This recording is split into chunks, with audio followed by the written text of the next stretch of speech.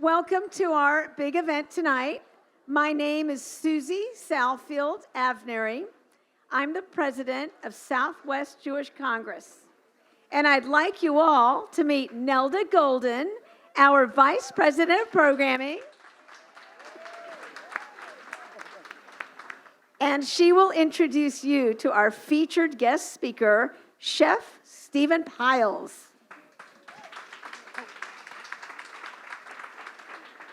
You will find your Southwest Jewish Congress tribute book at your place, and you can follow along tonight's program, starting with what we've been doing on the inside of the front cover. Right there lists everything we've been doing. And then if you'll go over to page 6, you'll find all the bio, the information about Chef Stephan Pyles. So, Nelda, take it away. Welcome. It is my pleasure to bring to you tonight. Are we on? Can you hear? Are we on? Yeah, I think. Can you hear me? You can hear me. I think she's not on yet. Yeah. Can we check Nelda's mic, please? Now? I'm not going to continue to introduce Steve. I think everybody knows him by now, but I do want to say one thing about him, that he's a classic act. Let me tell you, this man has done so much over the years to introduce new foods, successful restaurants, and we're going to be talking about him and all that he has accomplished. It is my pleasure now to ask the first question. Tell me about how you came about. Where did you come from? What were your parents like? Did you have food at your home? 3 in 1. First question or first four questions? Okay, first of all, can you hear me? Yeah, okay. Well, first of all, I want to say congratulations Oh, thank you. to Miss Nelda Golden on this fabulous award tonight. My good buddy, and I'm glad to be here. I'm here because of you, you know. Yes, I'm here. I appreciate that. So let's see, who am I and where did I come from?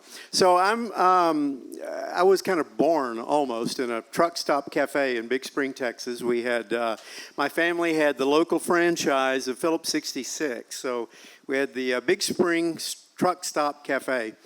And so I'm a 5th generation West Texan. And all I know is food and a little travel. Now, the food that you ate there, is that the kind of food we have today here? I don't know what we're having, but I bet it's not. Well, it probably is. Probably the same food that I grew up on: barbecue, fried chicken, you know. That type of thing. Yeah. Now, did you go from home to college? Yeah. I actually, my folks did not want me to go into food. I didn't have any desire to go into food. I actually had 2 scholarship offers, one in music. I was a music major. And the 2 scholarships that I was offered, one was to Texas Tech, and one was to what is now Texas A&M at Commerce, was then East Texas State University. So I went to the campus at Texas Tech and saw, you know, this looks almost as ugly as Big Spring. You know, in West Texas, if we have a tree, we call it a state park. So there were no trees. And so I went to Commerce and saw trees everywhere. So I ended up going to school and getting a degree in music from Commerce. And then after college, I'd never been out of the state of Texas. So I took a trip to France. I was supposed to be there 2 weeks and ended up staying 6 months. And the seeds were planted for food, so I came back and you know, couldn't afford to go back to culinary school because I was paying school debt on my student loan, and so I just got apprenticeships in great restaurants and got all the cookbooks I could afford and read them from cover to cover and taught myself. You mentioned in our talk before, as we met, that you were introduced to food over in France. And in France, you met and became acquainted with food that way. Name a couple of the people that you worked with over there. Well, actually, I didn't work with anybody in France on that trip. I was 20 years old. I came back, and a few years later, maybe 5 years later, I was lucked into something. I was given the incredible opportunity through a friend. I always said it's being in the right place at the right time. I was invited to the Great Chefs of France cooking school at the Robert Mondavi Winery.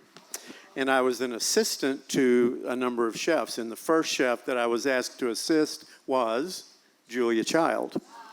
So she became, I was scared completely to death. But I needn't be, because she was very friendly and we hit it off immediately. And she became my mentor. We traveled together, and I spent time with her in the south of France. And her good buddy, if you saw the movie Julie and Julia, Simone Beck became a mentor as well. I spent time with her in their places in the south of France. They had houses right next to each other. And so, but through them, I was introduced to a lot of chefs, like spent time with Paul Bocuse and Alain Chappelle and the great pastry chef Gaston Lenotre. Now, at that point, you came back to the States, and how did you happen to end up in Dallas? Well, I lived in Dallas. I came to Dallas after going to school in commerce. It just made sense.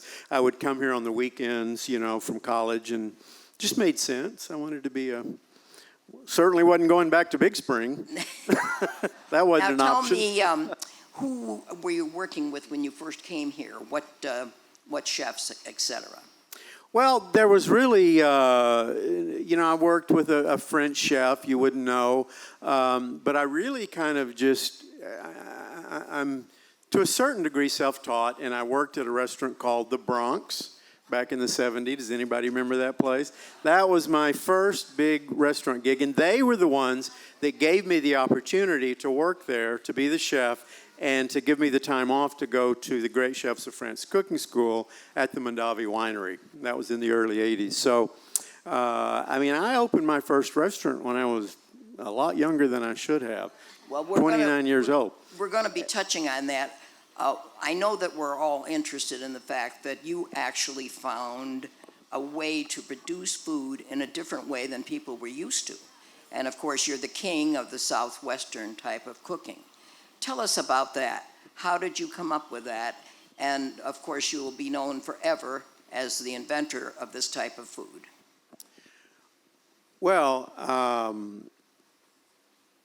being in California at that time, that was such a pivotal time for new American cuisine. And what was, if you think about food in this country, our great cuisine that we have today is really not much more than a generation or two old. The cooking in the 70s and early 80s here was pretty bad, as it was around the world. I mean, it used to be the only place worse than American cuisine was British cuisine. And now there's great food in both countries. There's great food all over the world. So there has not always been great food in here. And I'll tell you why, because at some point in the 30s, Clarence Birdseye developed the TV dinner, and everything was about convenience. So we sort of lost our way in food in this country. So it wasn't really until the early 80s that there became this real renaissance. So I was seeing this all over the country. So coming back from the Great Chefs of France cooking school to Mondavi Winery, I wanted to do something called New American Cuisine. That was sort of just lying low, kind of percolating, right? And so I did that. And when I told people in Dallas that I was going to open this restaurant serving New American cuisine, people said, "What is that? Fancy meatloaf?" And I said, "No, it's something." And it really was a continuation of French Nouvelle cuisine, but it was being cooked by American chefs with American ingredients. So when I opened Rue Street Cafe, I really wanted to use nothing but American ingredients, and it was really hard. And that's how I found our friend Paula Lambert. She came into the restaurant in 1983 and said, "Would you try this new cheese I made, this mozzarella?" And I said, "You need to go make goat's cheese." You could get goat cheese in this country nowhere except Sonoma Valley. And so she did make goat cheese. She found some goats. I said, "Go find some goats." And she did. She's very resourceful, that Paula. And so, but there were just no real purveyors here. There were just no artisans. So, and I think about when I would have to bring in all this fresh produce and this exotic stuff for Ruth Street Cafe. Well, you know what exotic was back then? Red and yellow bell peppers, fresh herbs, baby carrots. These were times have changed. Thank goodness. So anyway, new American cuisine. And then at some point, a couple of years into it, I just started thinking, I'm missing the food of my childhood, the chilies and the barbecue and the cilantro and the smoked and all this. And so I sort of slipping that into this sort of fancy French-American cuisine, right? And so suddenly the press just sort of noticed it, and they noticed that I was doing something that was similar to Dean Faring, what he was doing at the Mansion, and Robert Del Grande at Cafe Annie in Houston. So we sort of banded together and promoted ourselves shamelessly, I might say. And the press actually named Southwestern cuisine. We didn't have a name for it, but they named it sometime in the mid-'80s, and so we said, sounds good to me, I'll run with it. So that's how Southwestern cuisine came to be. Very, very interesting. Now, one of the things that you pointed out was that your first restaurant was Ruth Street, and you parlayed that into 23 restaurants. That's quite an amazing achievement for anyone, and I'm interested in ones that were scattered. For example, give us some of the states that you went into with your project. It's a weird combination, Nelda. So Las Vegas is easy, that's a given, but there were 6 cities, and the 6 cities are Dallas, Austin, San Antonio, Las Vegas, Minneapolis, because I had a partner that lived there.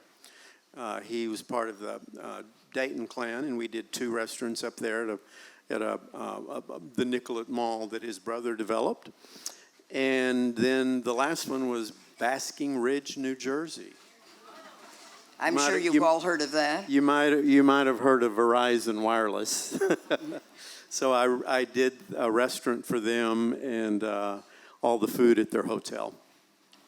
Very, very interesting. Now, one of the things that I found in our conversations previously was the very interesting people that Stephan has served, and I'm very anxious to present that to you for your observation.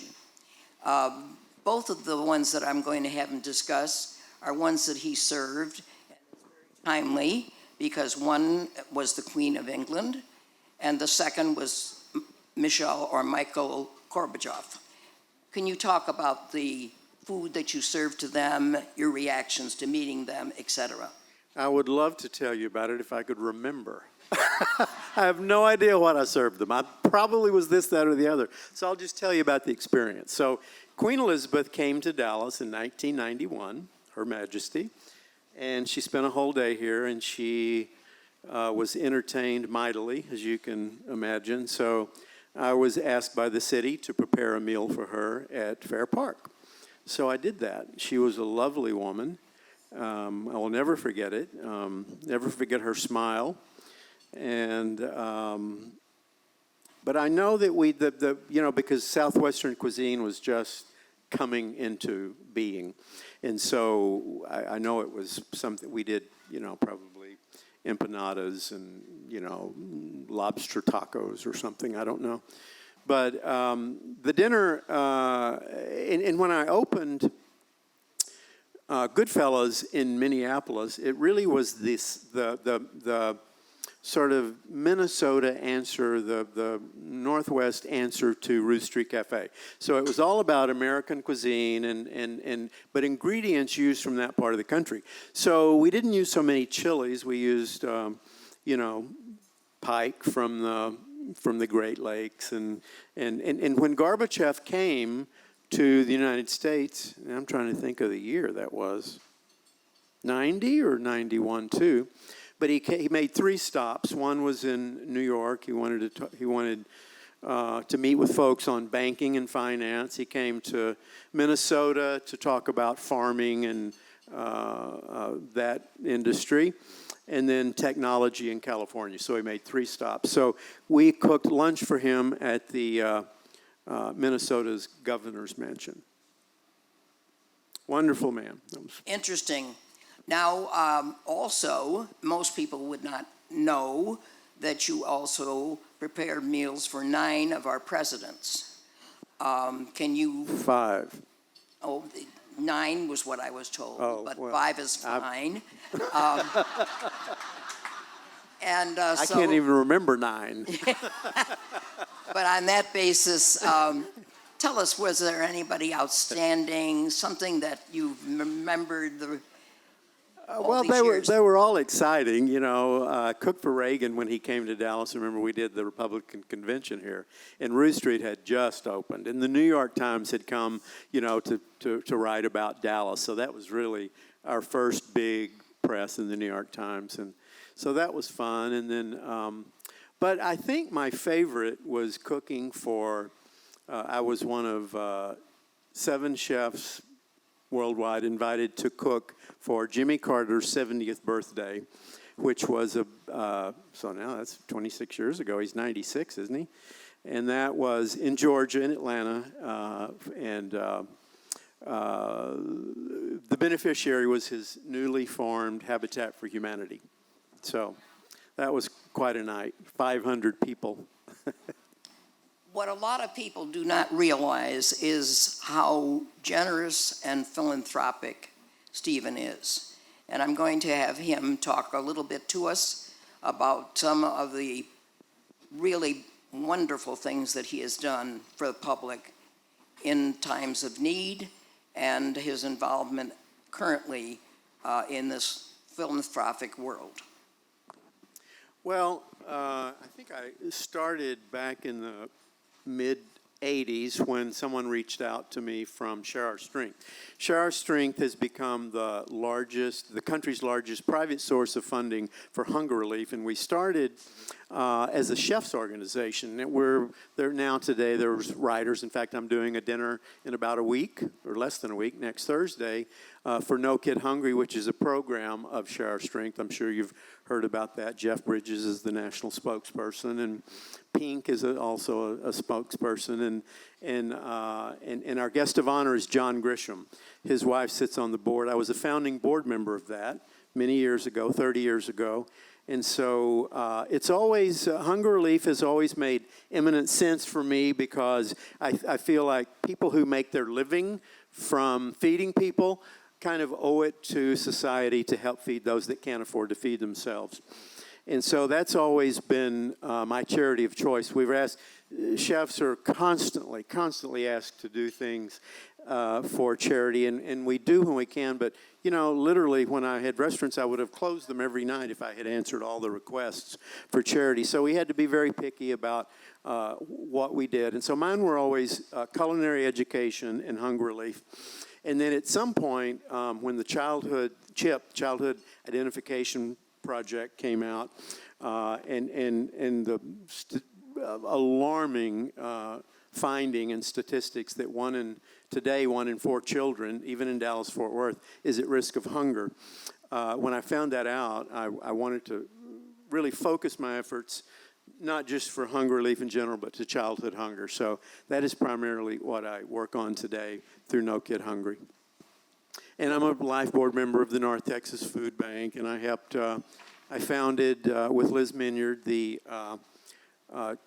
Hunger Link, Dallas Hunger Link, which is the perishable food program that acted as a conduit between restaurants and hotels and soup kitchens and ministries. Wonderful, just fabulous. Well, now, Thank you. well deserved. Well deserved. Now your life has changed. You no longer have the restaurants. Paula and you do quite a bit of traveling. But you haven't come with us. What I was going to say, let's pretend we're on a 5-star cruise ship to Tahiti. Doesn't that sound good? Would I have to attend your cooking demonstration? No, not if you don't want to. Only if you want to eat. Well, now there's also some rumor that you're doing something new, And I would like to have you deal with that for us, please. You've stumped me. Which one new? Your new restaurant. There's well, it's interesting that. I had to prompt him I got then, a sorry. lot going on new. I thought you meant my trip to New England. That's new. So it's interesting, when I moved out of operations in January 1st of 2020 and closed my last restaurant, was very premeditated. And little did I know that 3 months later there was going to be this little pandemic. And I was kind of struggling at the time thinking, do I really want, I'm so associated with restaurants. That's just so much of my identity.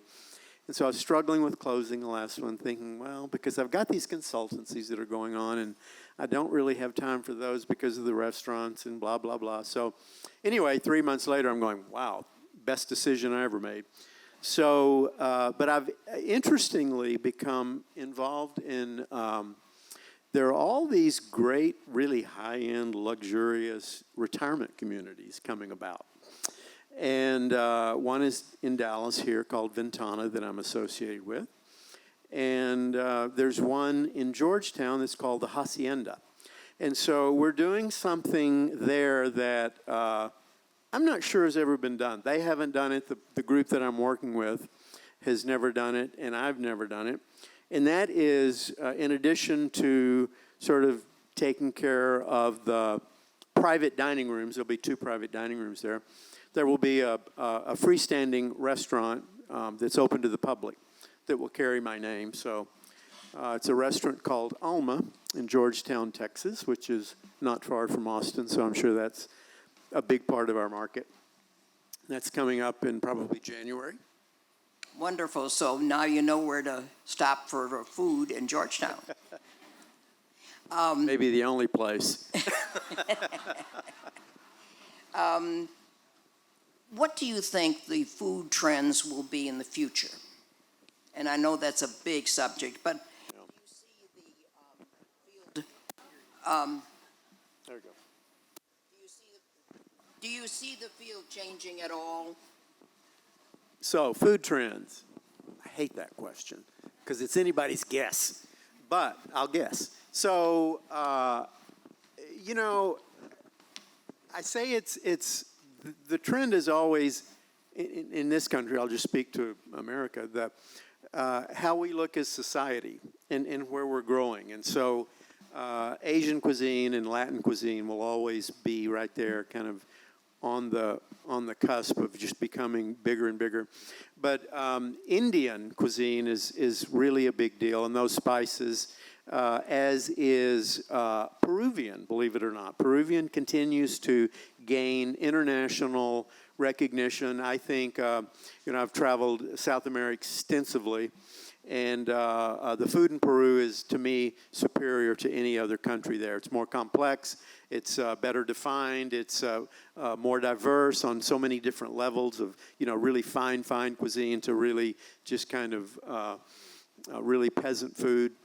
And, of course, the best ceviches in the world. I spent about 6 months there before I opened Stephan Pyles and did my ceviche bar. But I think more than anything, we continue to, healthy and delicious have sometimes in the past been sort of mutually exclusive, and that's not the case anymore. I think the more we embrace the Mediterranean diet and olive oil and fresh products and spices, and I say in America, decades ago we sort of had our palates awakened, and once you get your palate awakened, there's no going back. So it's always going to be about big, bold flavors, lots of chilies and spices and herbs, and not the boring food of the 50s and 60s. So healthy, trendy food is, I think, part of our healthy outlook as well. Very, very interesting. I think we probably could continue this for hours, but our time is up, and I know you're probably hearing all this food makes you hungry. We're going to have a wonderful buffet, and so I'll turn the mic back to our president, Susie. Thank you. Thank you very much.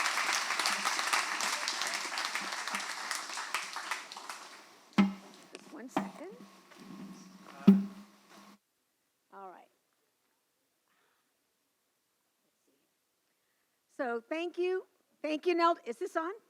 Okay. Thank you, Nelda, and a very special thanks to Stephen Pyles for taking time out of your busy schedules to be with us this evening. And you guys are both amazing.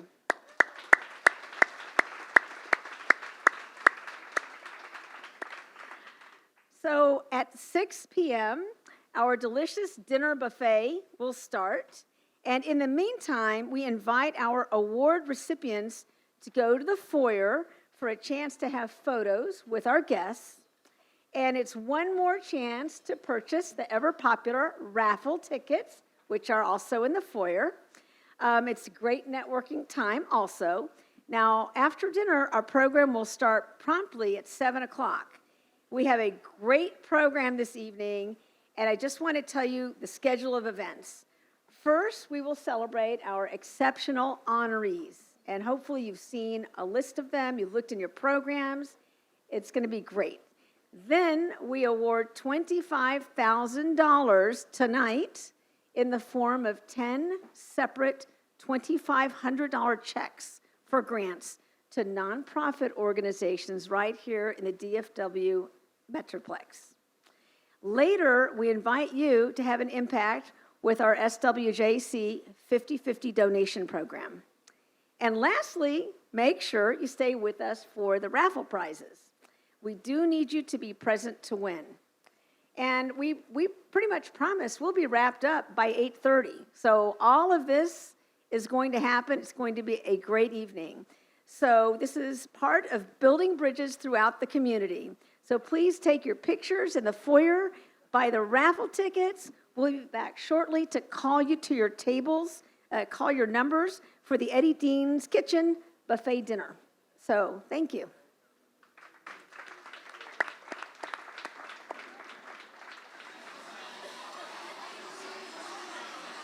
Okay, everybody, I think we're going to start.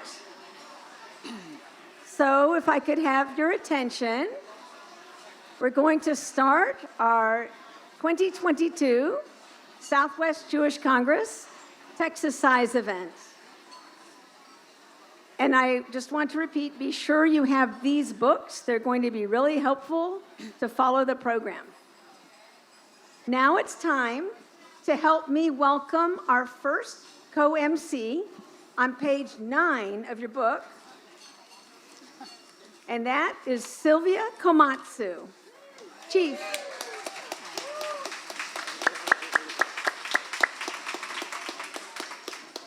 Sylvia is the Chief Content and Diversity Officer for KERA, the Dallas affiliate of the Public Broadcasting System. Sylvia is a graduate of Harvard University and the Columbia School of Journalism. She lives in Dallas with her husband, George, and she's been our continuing friend over many years. She's a past award recipient and a favorite of Southwest Jewish Congress. Sylvia is joined by Chris Lawrence, and he's on, there we go. He's on page 11 of your book. Chris is the co-anchor of the 5, 6, and 10 o'clock news at television station WFAA, Channel 8, which is an affiliate of ABC. Chris graduated from the University of Maryland, College Park, and is a veteran of the Navy Reserve. Since moving to Dallas, Chris has been involved with Carry the Load, which honors the lives of our servicemen and women. Now, take it away, Sylvia and Chris. Thank you.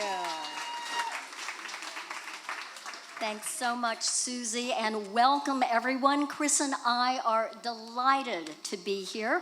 It is such a pleasure for us to take you through this unique evening of recognition and gratitude for this stellar group of honorees. They represent a range of ages, backgrounds, and talents, and they have all gone beyond the ordinary to stand out as worthy of these special SWJC awards. Yeah, that's right. Sylvia and I are going to be naming a lot of unique people, and we'll be pointing them out as to which pages in your book so you can follow along with us. You know, all of our honorees are extremely special, and no biography, no one video can hope to encapsulate all of their accomplishments, but you will get a real good idea of the impact that they're having on our community and that they continue to make here in Dallas-Fort Worth. And they are so humble. Our honorees always say, oh, they don't deserve the recognition. However, we know better. Now, before we honor our SWJC awardees, I want to take just a few seconds to acknowledge some of our special guests who are here with us tonight. On page 1 of your tribute book, you'll see the names of our generous sponsors and our media sponsors who have given us the best coverage ever.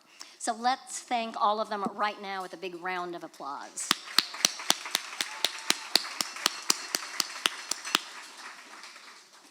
Yeah, and I want to let you know on page 2, you can really get a glimpse of the inspiration behind these very unique awards. They're handcrafted glass pieces by designer Carrie Silver. She has created these one-of-a-kind pieces of art for our honorees. So we want to say to you, thank you very much, Carrie, and please stand up so we can recognize you.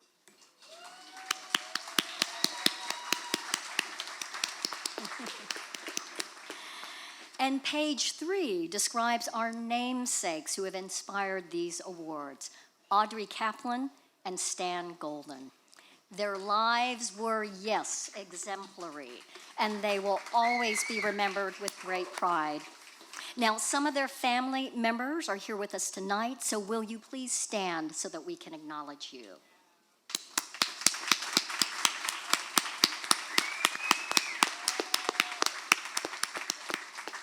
And let's move on to page 12, where you will see the names of our event committee that put this Texas-sized event together, along with the devoted staff and the SWJC board members. So would all of you please rise and wave so that we can thank you?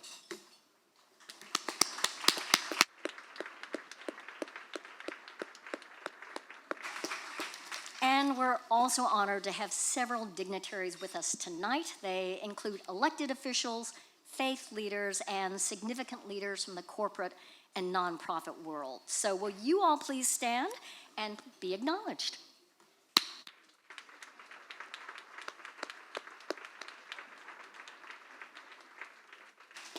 You know, we're also very honored to have some of our former honorees here with us tonight. This is an esteemed brotherhood and sisterhood of simply some really amazing individuals. We want you to keep a close eye out for who stands up because these are folks that you will want to know. We're very happy that they could be here to celebrate with us. All their names are on page 4 of your booklet. So would all our former award recipients please stand so we can greet you and welcome you back.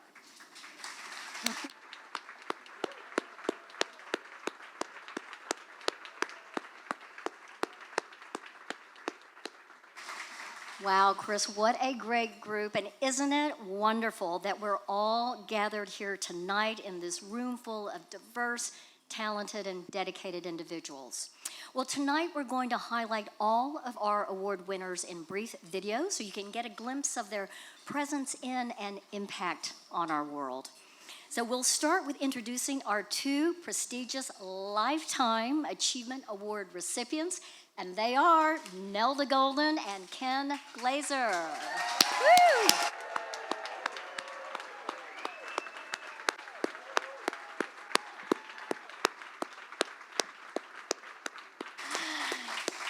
You can read their bios in the beautiful tribute book and learn more about them. Nelda's biography is on page 14, and Ken's is on page 24. Nelda and Ken, you are simply the best, and we are so proud and thrilled that we're honoring you tonight. So thank you for your many, many years of dedication and service. Now we know each honoree has their own cheering section here tonight, and we ask you to please be respectful of all of our honorees. So this video runs with no pause. So please hold your applause until the video ends, and then we can hear about each of our award recipients that way. Are we ready? Let's roll the video, please. Can you identify what brings you personal satisfaction, friendships, and happiness? Nelda Golden can. Nelda, our Lifetime Achievement honoree, the widow of Stan Golden, after whom our men of action are named, has a mighty long list, but we can summarize it for you. Nelda's own description of her amazing history includes a life of activity, both in work and family, and dedication to helping others. Her many careers in business in New York, Miami, and Dallas, and her brilliant management skills provided a wealth of successes, both for profit and nonprofit organizations. Nelda is a founding member and current vice president of Southwest Jewish Congress. She has started a variety of groups and pulled people from many backgrounds together into bonds that still exist today. She is a networking genius and an upbeat friend that can find humor anywhere and anytime. Her laughter works miracles. Nelda is the mother of the Honorable Judge Barbara M.G. Lynn, who is married to Mike. The couple gifted Nelda with 2 brilliant grandchildren, Dr. Tara Newbrand and Whitney Lynn, and 3 even more brilliant great-grandchildren, Riley, Blake, and Shepard. Just ask her, she'll tell you. You don't have to Google Nelda to find out how special she is. Just visit the many women here tonight who claim her as Mom. She is loved by many, including us. Congratulations, Nelda, on this richly deserved award.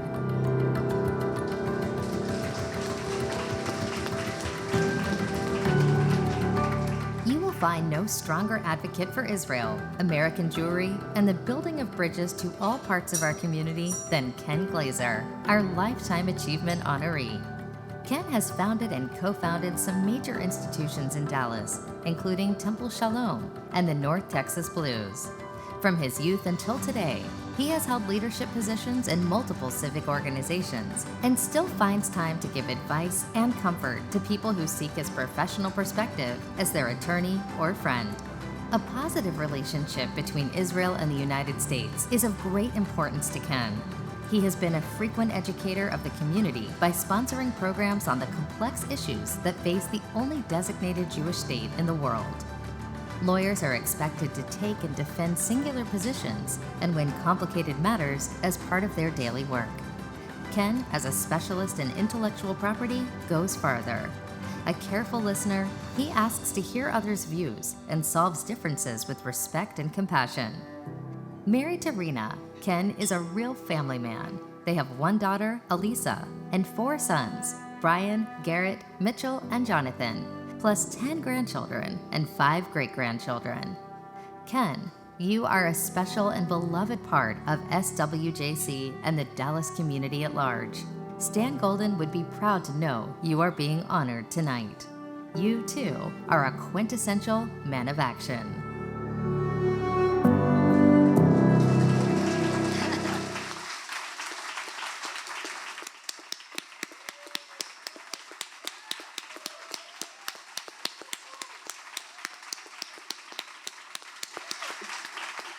Well, it sounds like we all agree you will not find 2 more deserving and beloved individuals than Nelda and Ken. We salute you both. And one more time, let them hear us in the parking lot, all right? And so join me in another round of applause.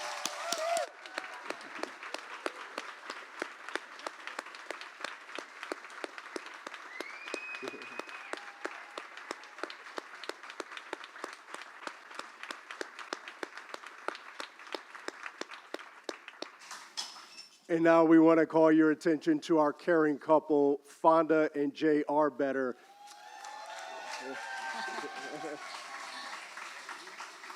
They are amazing examples of a really incredible family heritage. If you want to read their bio, it's on page 34. But we ask you to hold your applause until this video ends.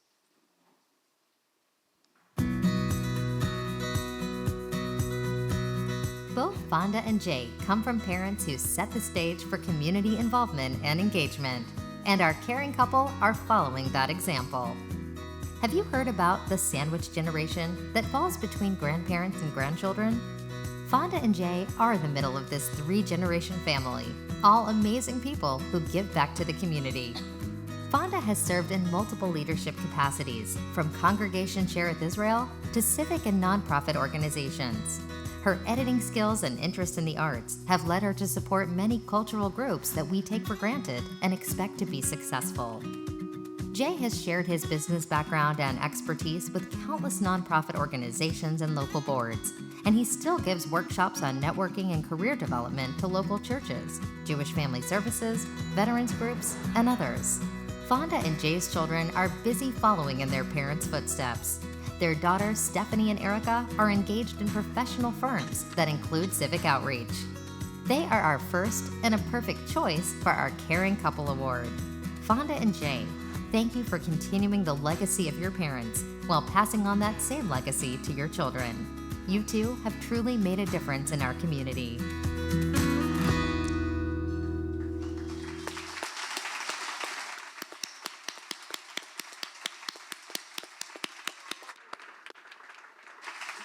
Yeah, just want to say again, thank you so much, Fonda and Jay.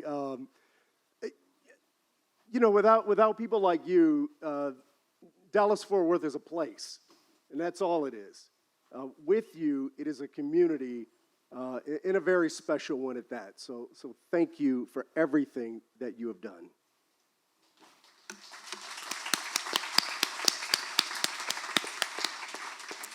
Our next honorees are the Audrey Kaplan Inspiring Women of the Southwest, and they are outstanding. Their talents and commitments make the world a better place in many areas of need in our community. From corporate boardrooms to shelters for young children, from single moms to support for children of incarcerated parents, from feeding the hungry to leadership of nonprofit boards, these women have been tireless and determined. Their biographies begin on page 40 and go through page 60. Read about the amazing Brittany Barnett, Nellie Cuenca, Kim Cummings, Ashley Hunt Kleinert, Rebecca McGarry, and Rosalind Dawson Thompson. Again, they are amazing. And again, please, thank you for respecting the fact that there are no pauses between the videos, and we ask that you hold your applause until the very end. All right, let's roll the video, please.